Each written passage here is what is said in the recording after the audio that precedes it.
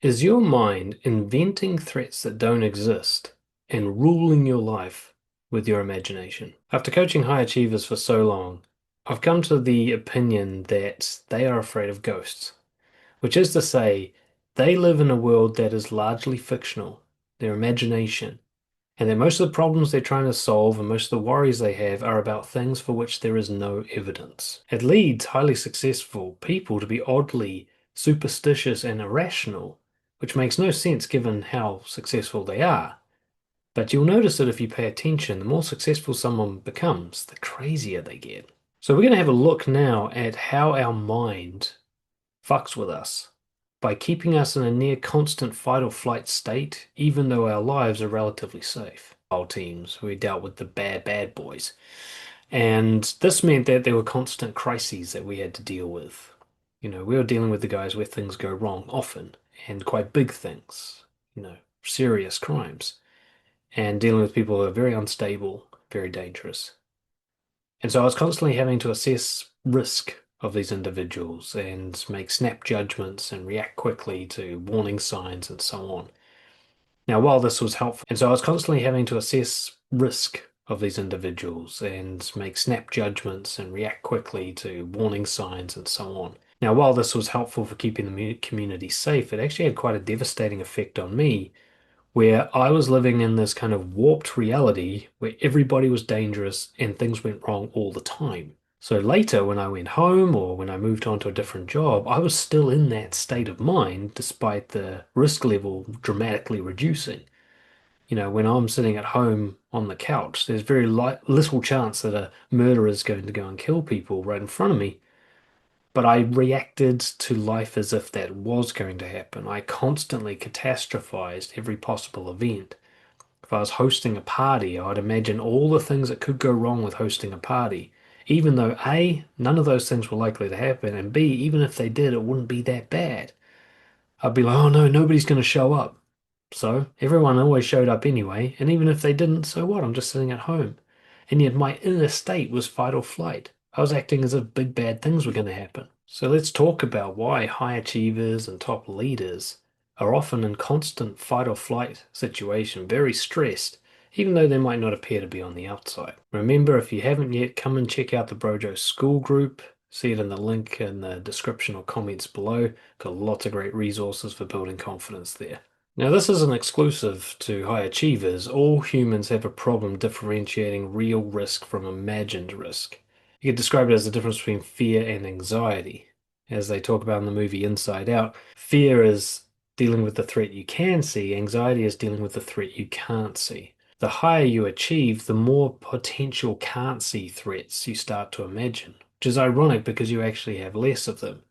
Somebody who's in poverty without much support in a dangerous country has far more real threats to deal with. But ironically, they are often going to be less anxious than the CEO of a Fortune 500 company who has a wonderful family. Our perception of what's real and what we should be responding to is very difficult to manage because in the mind, they are one and the same. As the actor Jim Carrey once said, we don't know the difference between a dog that's going to eat us in our mind and a dog that's actually going to eat us. And so we're constantly in fight or flight response. When you imagine something really badly happen, and as you're imagining it, this like emotional reaction happens inside you, according to your mind, it is happening. This thing you're imagining. You're actually now creating memories of a bad thing that happened.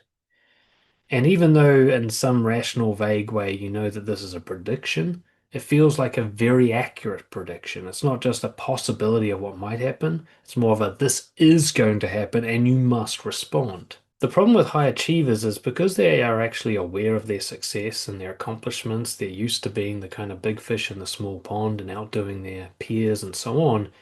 They come to believe that their mind must be somehow much more accurate than other people's minds, that their thoughts and their ideas and beliefs must be very helpful and accurate because they're so successful.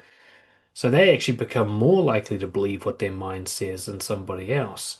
And that actually puts them at risk of being manipulated by their mind so much more powerfully. That is to say, manipulated by their imagination. When you believe your mind, you won't challenge its lies and then you will fall for them and you'll react to them as if they're true. There's some common fears that come up. The fear of failing publicly. Again, we have those two problems. Is it likely to happen? And even if it did, would it be that bad? For most high achievers, the likelihood that you're actually going to fail in some big disastrous way is so much less now than it ever was. So even though you are in the spotlight and you've heard of scandals of people like yourself crashing down, unless you got there by being very deceptive and breaking laws and being a fraudulent person, in which case my material's not for you, because I'm all about integrity, it's very unlikely that you're going to have some big public fall. And even if you did, you would probably survive it and rebuild successfully later. Think of someone like Paris Hilton with her sex tape, or Louis C.K. with his harassment scandal. Both of them bounce back wonderfully from those things, even though that's about as disastrous as a fall as you can imagine, publicly speaking. The likelihood that you're going to have a fall as bad as they did is very unlikely, and yet even they bounce back from those. So why would we be scared of that? The fear of slowing down. The fear that if you kind of button off the pace a little bit, relax and enjoy yourself, that you'll be quickly overtaken by the pack and left in the dust. One of my clients often wakes up in the middle of the night afraid of being homeless, even though he is so far away from homelessness, it's ridiculous.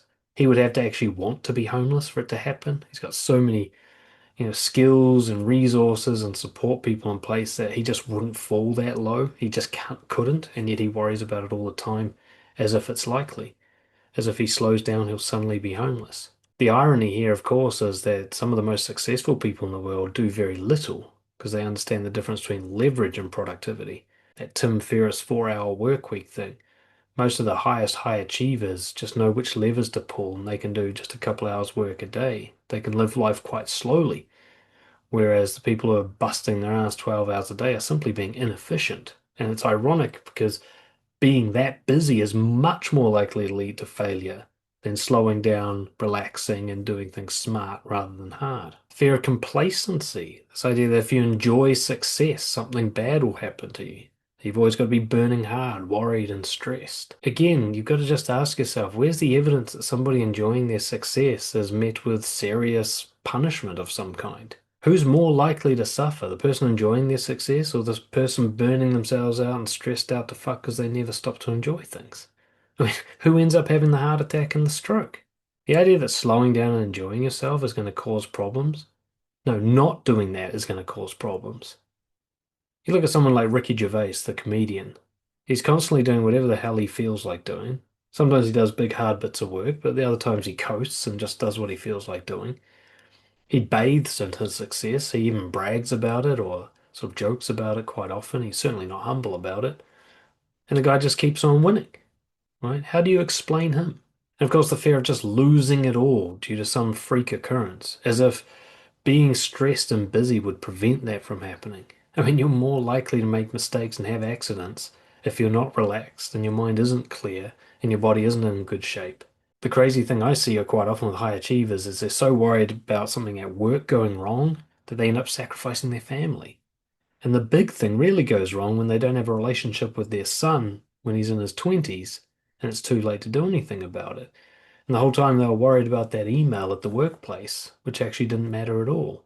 And even if you did lose it all, do you really think you're also going to lose all your skills and your drive and your pattern recognition and intelligence? Like you wouldn't be able to start over again? Have you ever looked at a list of like top actors who started late in life? Morgan Freeman, I think, was in his 40s when he started acting. There's others, top businessmen who are in their 50s and 60s before anybody ever heard of them. The idea that like you've got to make it happen now, no, you could restart any time. The fact that you made it here means you have the skills. It wasn't luck. You could do it again. So it doesn't matter if you lost it all. It would be painful, but not horrific, and yet you stay up at night worrying about it. Tragic irony is that one of the reasons people are high achievers is because they have very active imaginations. I mean, problem solving really takes place in the imagination. It's the ability to see potential pathways into the future, to correlate patterns and events. So generally, that's the kind of intelligence that successful people have in common, but it's a double-bladed sword. It will cut you as well because if you feed negativity into that imagination, you'll get catastrophic cinematic dramas in your head that will crush you emotionally. So this thing that's your greatest weapon is also the thing that will hurt you the most.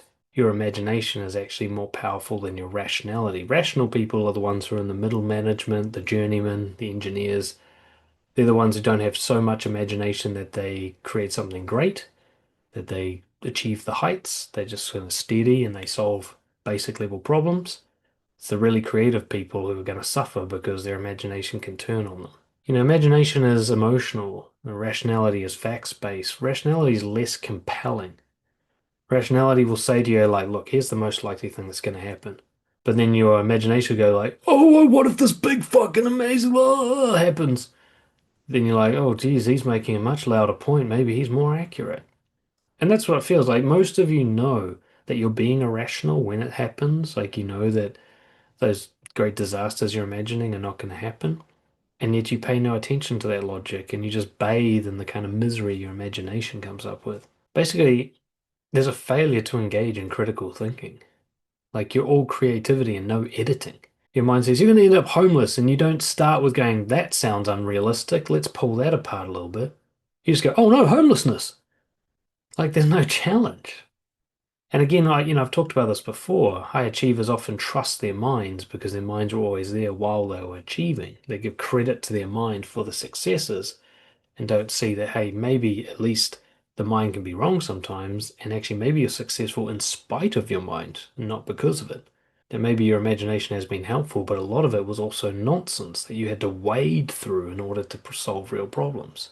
I'll put it out there, you succeed in spite of the voices, not because of them. And of course, if you want to gain more control over these voices in your head and make them more encouraging and helpful, get in touch, dan@brojo.org, and I'll help you figure out how to manage that mess inside your head.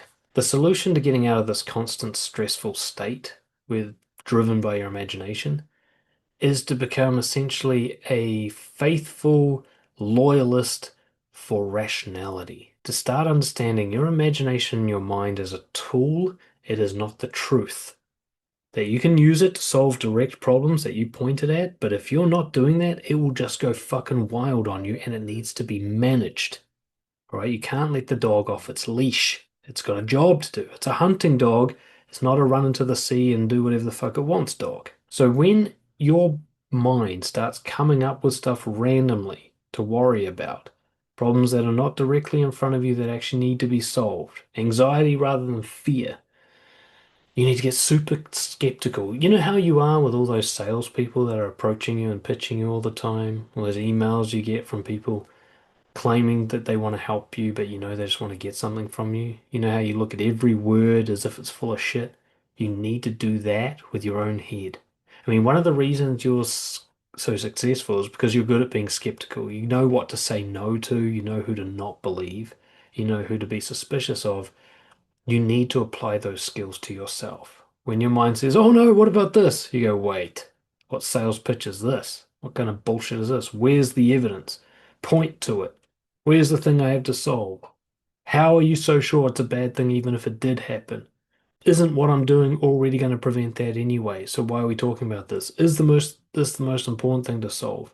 Is there something that's more obvious and real that I should be dealing with first? This kind of critical approach to your thoughts, where you treat them like they're coming from a known liar who only occasionally tells the truth. I suggest when you're really ruminating on something dramatic, write it out like it's a legal argument. Start with the devil's advocate approach where you write out the argument from your mind saying, okay, says I'm going to be homeless. Explain to me how that's going to happen, why you think that's going to happen.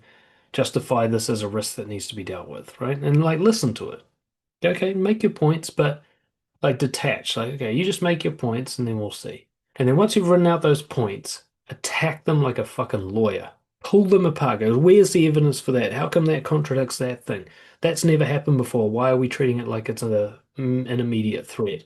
What would I actually do to prevent this happening before I got anywhere near that level of disaster? And so on and so on. And just attack it so hard with logic and rationale that it feels ridiculous to believe it. Do this again and again and again to make up for all the years that you haven't done this. And eventually it will become your default, where you'll be skeptical first as soon as your mind speaks, rather than just embracing every noise that comes into your head. Coming up next, we're going to deal with what I call the perfectionism trap, which is why nothing ever feels like it's enough.